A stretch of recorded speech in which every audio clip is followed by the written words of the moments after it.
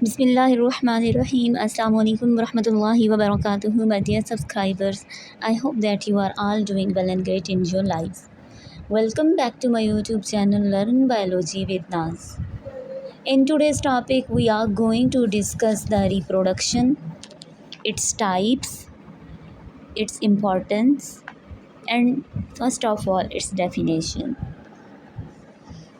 सबसे पहले हम देख लेते हैं कि what is meant by reproduction. Reproduction के मानी क्या हैं। तो री का मतलब होता है अगेन एंड प्रोडक्शन का मतलब होता है प्रोड्यूस करना। तो रिप्रोडक्शन का मतलब है कि एक बनी हुई चीज़ से को बार बार रिप्रोड्यूस करना या बार बार उससे एक नई चीज़ बनवाना, that is what we call reproduction.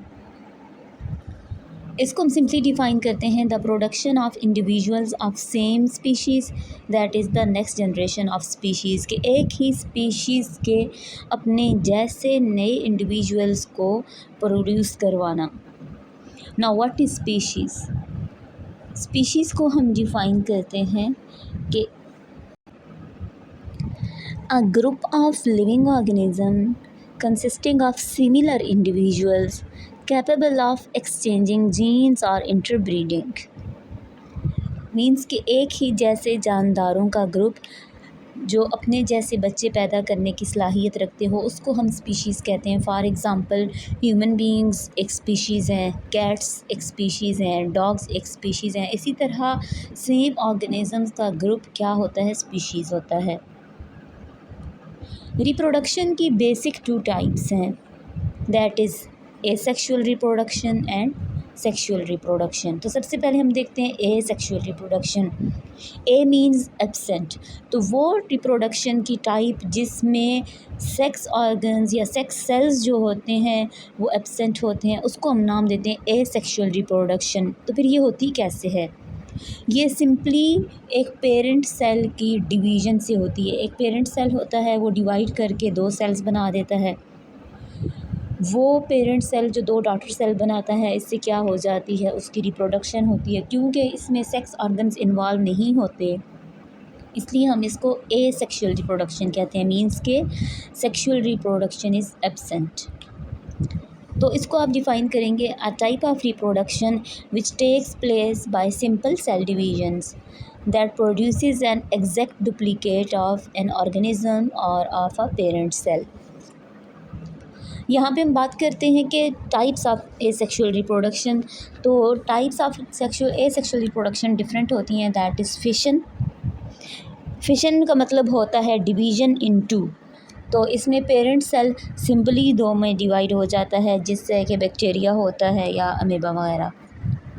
Second इसकी टाइप यहाँ पे मेंशन की गई है बडिंग। तो बडिंग क्या होती है, बर्ड होता है पेरेंट सेल के ऊपर एक छोटी सी आउट ग्रोथ होती है, उसको हम क्या नाम देते हैं, बडिंग का। जैसे कि पोटैटो होता है हमारा, उसके ऊपर आप देख सकते हैं कि छोटी सी बर्ड उसके ऊपर बन जाता है। या जहाँ पे जो एग्जांपल दी गई है that is budding in yeast and budding in hydra. फिर होता है रीजनरेशन। रीजनरेशन में क्या होता है कि सिंपली कोई भी सेल जो है वो मिस हो गया है अगर, या कोई ऑर्गन मिस हो गया है किसी ऑर्गेनिज़म का, तो वो दोबारा से ख़ुद ब खुद रीजनरेट कर जाएगा, दोबारा से प्रोड्यूस हो जाएगा। For example in star fish, जैसे कि स्टार फिश का अगर कोई बाजू वगैरह कट जाए, उसका एक आर्म कट जाए, तो वो ख़ुद ब खुद क्या हो जाता है, रीजनरेट हो जाता है विदाउट एनी सेक्शुअल रिप्रोडक्शन। फिर है स्पोर फार्मेशन।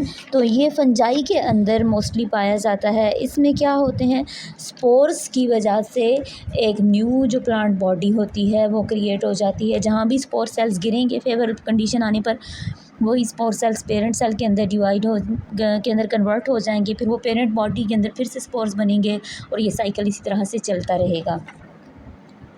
फिर इसने बोला है फ्रेगमेंटेशन।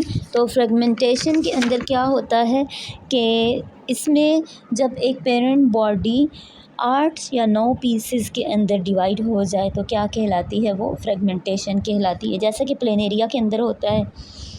प्लेनेरिया के अंदर अगर उसकी बॉडी काट दी जाए, मींस कि उसका हेड उसकी मेन बॉडी और उसका जो टेल है वो आप काट दें या वो कट जाती है जैसे, तो हेड से फिर पूरी बॉडी बन जाती है।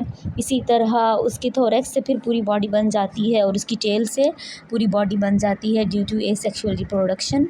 माइटोसिस की वजह से उसमें सेक्सुअल जो होता है सेक्सुअल सेक्स गैमीट्स उसमें इन्वॉल्व नहीं होते।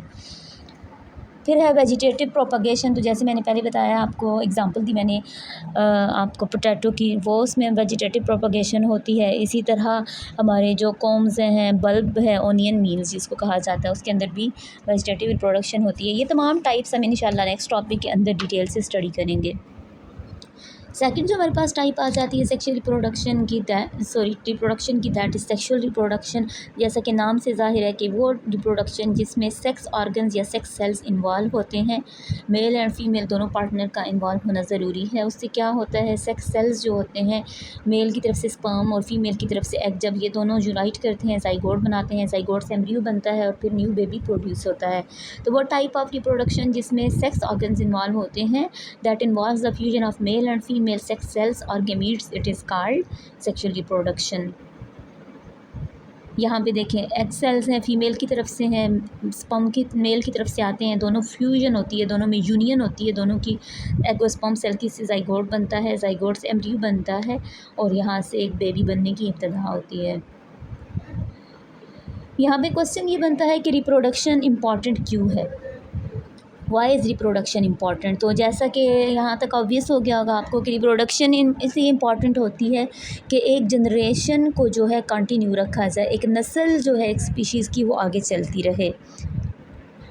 तो हम बोलते हैं reproduction is the essential for continuation of species. It ensures that the genetic material of one generation is transmitted to the next generation. Many individuals of a species die due to various reasons like diseases, competition, genetic factors, etc. before reaching to the reproductive age. Only the fittest and the best organisms survive and reach the reproductive age, and this ensures that the advantageous characters are transmitted to the next generation. Only the fittest can survive।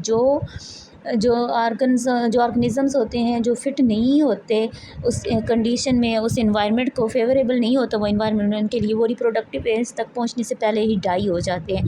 सिर्फ वही organisms reproductive age तक पहुंच पाते हैं और next generation को चला पाते हैं जो कि फ़िट होते हैं उस इन्वायरमेंट के लिए, और हर तरह के जो अनफेवरेबल कंडीशंस हैं, अनफेवरेबल सर्कमस्टांसेस हैं, उनको क्या कर सकते हैं, सर्वाइव कर सकते हैं।